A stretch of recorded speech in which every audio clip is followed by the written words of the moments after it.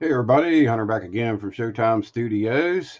Time for another episode in the build tutorial series. First off, we're going to start out showing you how the adding the plastic and all that we did in the other video came out so far. And then we're going to move on to doing some work on the hood and getting it prepped. And then the next step, we will be moving on to the spray booth to get the hood and primer and also the lower body and the upper body. So to start out with, we're just going to go over what we've worked on here.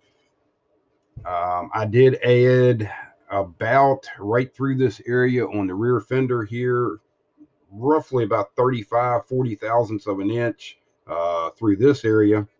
And then I actually had to go back in with the sanding stick after I got all this on there, all the pieces glued on and it dried. I actually went back in and had to really shape this. So I changed, we had like three thicknesses of plastic here, but like here in the front, I'm down to two, and back here in the back, I'm down to one. So I had to kind of go in and contour that, with the sanding stick. And then I just kept setting the body on to check my progress to see how it was coming along. So we did that. And what else did we do? We actually sanded the top of this fender down.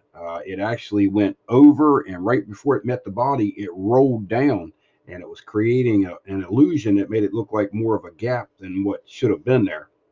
So what I did is went ahead and sanded this fender down, and how I did that is I basically take the sanding stick that I know is straight, and I will work that back and forth across both fenders at the same time, just like that. And that way I'm shaving this down the same amount that I'm shaving this down. It takes a little practice to do that, but after you do it a few times, you'll get the knack of it, and you'll be sanding and getting things smooth in no time. So no big deal there. And then, of course, we took that one injector pin mark out. I showed you the chisel blade, which was something I added to the list for the new guys out there to put on their to get list. And what else did we do? I did a little bit of recontouring on the fender here. You can see a little bit of primer that's still showing up. I think that was a little bit of a high spot around here. So we're going to go ahead and get this primed again, and then we'll go in and sand it again and see if that shows back up. If it doesn't, we'll have that taken care of. A little bit of recontouring over here. And also back here in the back where the fenders come up to this rear tail panel, I went ahead, one side was actually hanging down. This side came up almost even. So I went ahead and re-angled all of the back of the fenders to make that blend in and look pretty decent. You can see that they're almost dead even now. So that looks a whole lot better. Now we get into where we spent a lot of work. I've been working on the mold line back here at the back that went at an angle. It's actually created a sink mark on that mold line. So I've got still got some filler over here, and I've got most of this sanded out. We're going to sand this one more time, clean everything up, and then I'll get a coat of primer on it over at the booth, and then we'll see, what we have to finish up. Let's see, what else did I add on this? Right back here in the back corner of the upper body, I added 15 thousandths piece of plastic. The body kind of went straight down for the most part, and then it turned in a little bit. And when you put it against the fender in the back, it actually pulled away from the fender and created a gap right back here. Let me hold this up here and see if we can get a view of it. You can see how clean I'm starting to get the lines in there. I still need to do a little bit more work on this fender right here at the bottom edge to get it to line up, but it's getting closer. But you can see that gap all the way around the fender here is really starting to look good. So we added that piece to the body, and then I went in and did a little bit of sanding around these points here to knock down the high spots. I also went in and added, I think it was about 30 thousandths of plastic right on this little step piece right here. Let's see if we can get it to show up here. Yeah, this area right in front of my finger right there, I added about 30 thousandths on each side. And to show you why I done that, when you set the body down, there was a gap right where that step was in there, and I went ahead and filled that. And while the glue was still wet, I set the body on and I just kind of pushed down on the top of the body. Actually, I had the lower chassis sitting down like this, and I just pushed down on it. And that's what I call a squish technique. With this Tenax 7R, it actually melts the plastic. And I put a little bit more plastic in than what I needed as far as thickness, and got a fair amount of glue on it, and just set it down into place and just push down on the body, and that squishes it into place. And then you can come back in and just sand that out. Now, I haven't sanded that yet, but we're getting there. And then we added 30 thousandths at the top right here, and we added 15 down here, which it was 15, and then I added a half strip, which made it 30 at the top and 15 at the bottom. And then we have a straight 15 thousandths added to this part of the body. I also went in and added a 15 thousandth shim on the inside of the rocker panel on the driver's side. And that's because this rocker panel, when you glue everything together, will glue right against this raised portion right here. Well, it was a pretty good ways away from it, and the passenger side was right up against it.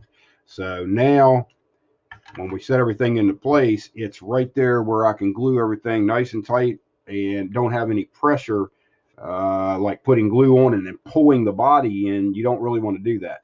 You want everything to be relaxed and just kind of fit together, and the glue is not under tension all the time.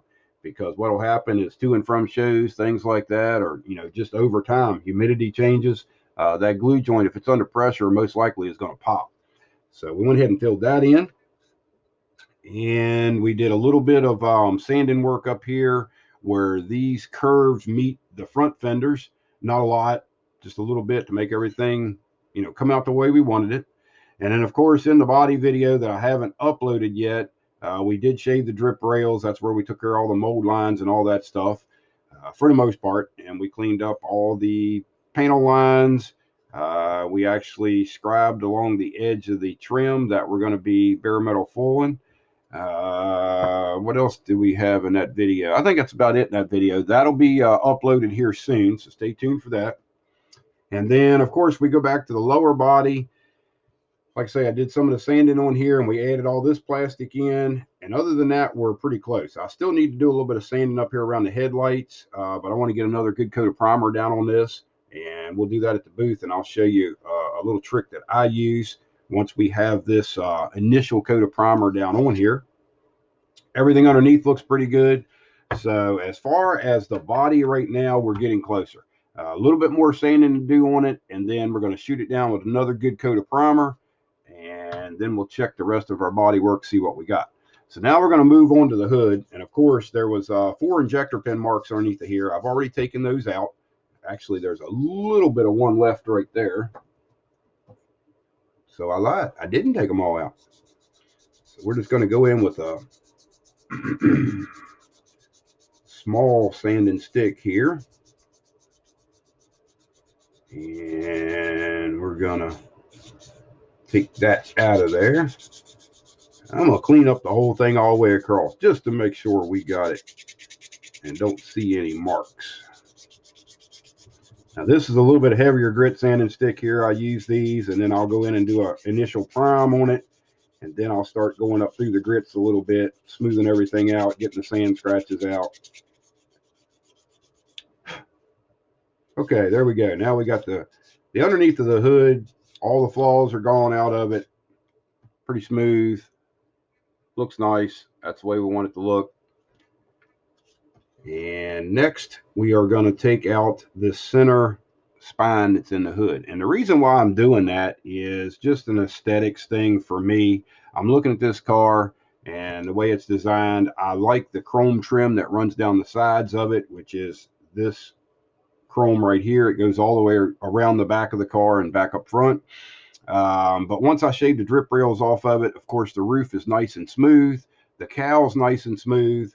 And I just didn't feel that this center rib that's in this hood really fit. So we're going to get rid of that. I'm going to show you the way that I go about doing that. And then I'm going to show you another fit issue that I ran into after we get this shaved down. Notice we're not going to do anything to these back edges of the hood. Actually, before we start shaving this out, let me go ahead and show you the problem that we're ending up with. The body's pretty much sitting in place right now with the lower chassis or the lower body, and looks pretty decent. Real happy with that. And of course, I said we had a little bit of a gap here. That's the same gap that we're going to have on the hood when we get it set in place. So you can see that gap continue up. So that's why we left that gap. You can see it continue up over top of the fender there where the white hood comes down to meet it. If you look at this body line from the hood to the actual body, it lines up. But then with holding it in that position, the hood is actually lower than the cowl is. And I could slide the hood up to make that point line up, but then when I do that, the chrome strip is not going to line up. So I would rather have the chrome strip lined up and go ahead and do whatever work I need to do up here. Now, it's not real bad. It does have somewhat of a step in it. So I'm going to show you how we're going to get rid of that. So that's the one little fit issue that I ran into. Some people, just they'll let that go. Me, I can't let that go. I don't like the way things fit when they have steps in them and stuff like that. So we're going to go ahead and work on shaving out this center piece in the hood. And what I do is just come in with the number 11, and you want to stay up on top of the detail. You don't want to gouge into the rest of the hood. You're just slowly going to take the majority of this raised bump out of the hood. Try not to dig down into the hood, dig below the surface or anything like that, because you'll end up having to come in and do fill work. And in all reality, with shaving this out, you should not have to put a speck of filler in this hood to do this. If you're putting filler in the hood after you do this step, you've cut too deep and you've made a recess in it, and you don't want to do that, because you shouldn't have to, like I say, shouldn't have to put any filler in the hood. So all you're doing is just trying to take the bulk of the raised section off. You don't need to get it all flush down with the hood with the knife. That's not what we're after here. And we just shave that down just to take most of the bump out of the hood. Now I'm going to come in with my heavier grit sanding stick. You kind of want to sight things like this to see what the contour is on the hood. Like in this case, it's sort of raised in the center.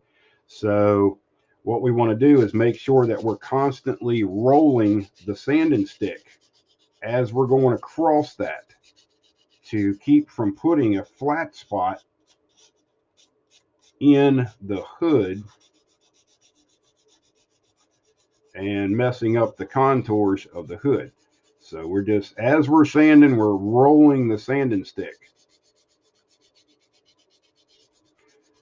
ever so slightly. There's not a whole lot of arc in the top of this hood, but we want to make sure we keep it. And with the lavender paint that I'm putting on here, it's actually a little bit darker paint. So if you get this wavy, you're going to see it. Now, if you're going with a lighter color, it probably wouldn't be as noticeable if you get some waves in it. But if you keep that sanding stick rolling and don't keep it flat down against the surface, you'll be okay on this part. And I had a question come up on what grit sanding sticks I was using. And to tell you the truth, I'm not really sure how they spec these out. I have to go into Alpha Abrasives and look it up again. I know there is, when you get them new in the pack, it tells you on the pack what they are, but I forget now. But normally what I use is, these are the black, they're the heavier ones. This black side here is like real rough. And then you get to a gray side, which is a little less rougher. And then you'll move down to the blues, which on this darker blue side is rough, but it's lighter than this gray. And then you have a light blue side, which is pretty light. And then we go to the whites. And one side of the white will be a little bit less rough than this light blue. And then the other side of that white is the finest. So that's the grits that I use. When I'm doing this body work, stuff like this, I'll either use either the gray or the black, depending on what I'm taking down. If it's just a smaller spot, I'll go ahead and use the darker blue. So right now we're using we use the black to get most of it. I'm going to flip over now to the gray side, and pretty much go back in and repeat that same procedure that we did with the black.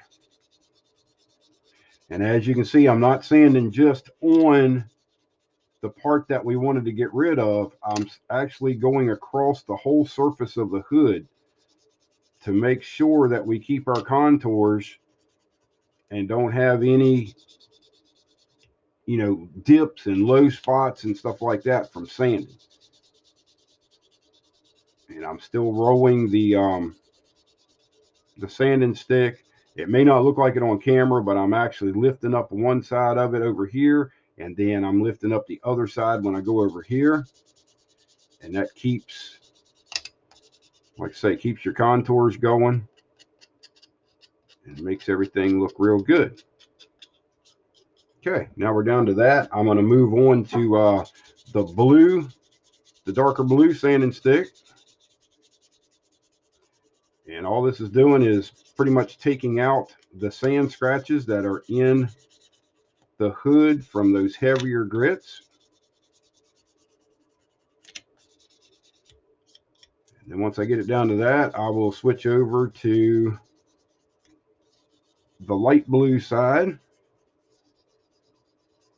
And once you make it to the light blue, you're not really taking a lot of material off. It takes a long time to really take a lot of material off with the light blue. So all you're doing is kind of smoothing and polishing out your sanding marks with this light blue side. And we've got that looking pretty good. I'll hold it up here. And that's what we have. You can see the sheen that's in the hood. You can see the center peak of the hood is still there. We didn't destroy that. And we kept all the contour of the hood. So that's how you get rid of, cast in raised items like it's on the side right here. That's how you get rid of those.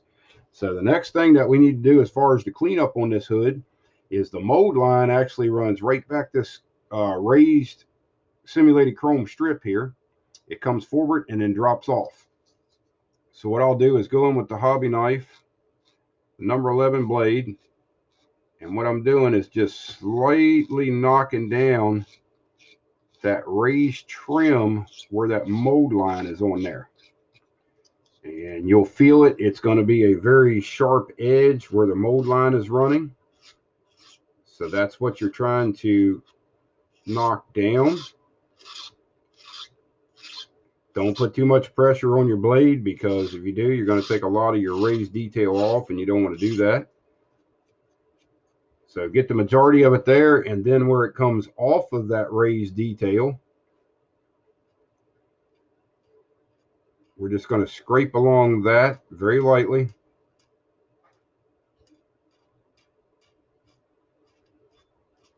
You don't want to gouge into the plastic or anything. You just want to lightly scrape. And while you're scraping, you're actually doing a little bit of blending also, because if you're scraping, you're taking material off. So you want to make sure that you blend it into the surrounding surface, and that way you don't have like a valley that you create. Okay, so I'm going to go ahead and go over to the other side now, since we're in the scraping process, and do the same thing on this side.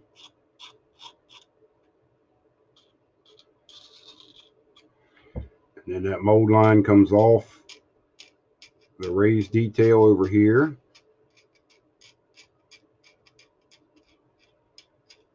And continues down to where the grill would be.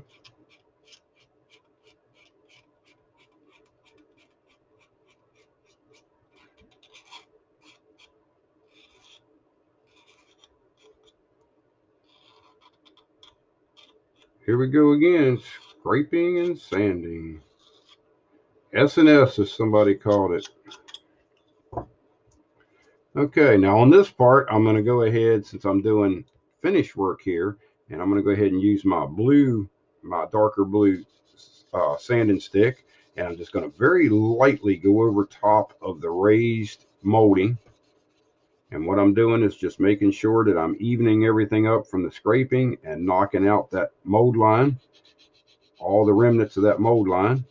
Now I'm down here onto the actual hood, right past the raised trim where the mold line came down, where it's going to meet the round in the grill area there. And we're just going to lightly sand all that out, blend everything in real good. And then another thing I like to do is take the sanding stick, and we're going to go ahead and check and see how flat the sides of our hood are to make sure we don't have any waves in the plastic. We're just going to do a light cut across that. You can wipe it off and look for any shiny spots. If you see a shiny spot in it, that's a low spot. You can go back in. If it's real deep, you're going to have to put some filler in it. But most of the time on this kind of stuff, you can just go along, sand it. And once you get all the shiny plastic gone, it should be pretty flat. And this hood's actually in pretty good shape, so we're looking good there. And then we're going to come on around the peak of it here. We'll come back to this side. We're going to do the same process over here. We're going to lightly hit our raised trim.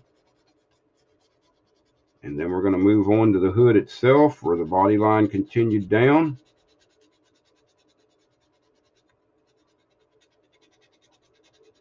We're going to sand that out.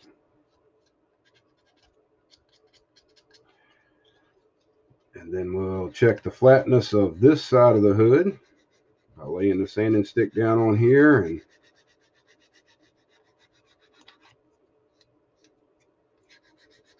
seeing what this side looks like.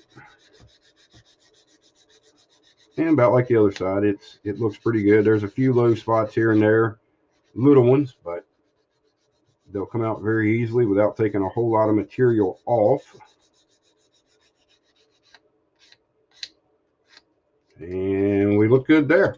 Now, the other thing that I did before is I actually took the blue sanding stick and kind of come in on the inside edges of the hood like this and just made sure that I cleaned everything up along the edges and got all the sharp stuff off of that. You want to be careful back here on this back edge where it meets the cowl because you don't want to increase the panel gap. So just be very careful with sanding that, and also the back edge of the hood where it meets the cowl. So we're just going to run the stick down through there, sand that out a little bit, and we should have this thing just about ready for primer. See, I've actually flipped to the blue now, the light blue, and we're going to go ahead and get a couple of those heavier sanding scratches out around the front here. And now I'm just running the light blue over top of the whole surface, back and forth. Okay, we're looking pretty good there. Real happy with that. The hood's looking nice. We've got the center rib out of it. The side ribs are still there. Everything's sanded nice and smooth. Looks pretty good. So the next step that we're going to do is go ahead and do my trick that I use for bare metal foil. We're going to take the number 11 blade. We're going to slide it right against the raised detail. And we're going to slowly draw that line down our raised detail. And all we're trying to do is just score in just a little bit with the blade. And the reason why I do that is when we go to cut our bare metal foil on this trim, we lay the strip of bare metal foil down. It's going to be wider than that raised section. We're going to burnish it down. And when we do, and we get ready to cut it, we're going to take a brand new number 11 blade. We're going to start back here, say at the back, and we're going to find that groove that we just made with the blade. We're going to lay the blade in that groove, and we're going to pull the blade forward, and you won't have any issues. So next, we're going to go ahead and score the top of the line. And like I say, this is not a technique that I recommend for the beginners out there. You know, get your basics down and stuff like that before you start trying to get into doing, you know, bare metal foil work and things like that. I'm just adding this in because I did want to make sure that these strips were chrome when they were done, and I'm going to do that with bare metal foil. So I just decided to put it in the tutorial to show everybody how I do it. Okay, and the hard part about doing this is like when you get up here to the very end of your raised trim, you want to slowly bring the blade around the trim just to create that recess around the front edge of the trim.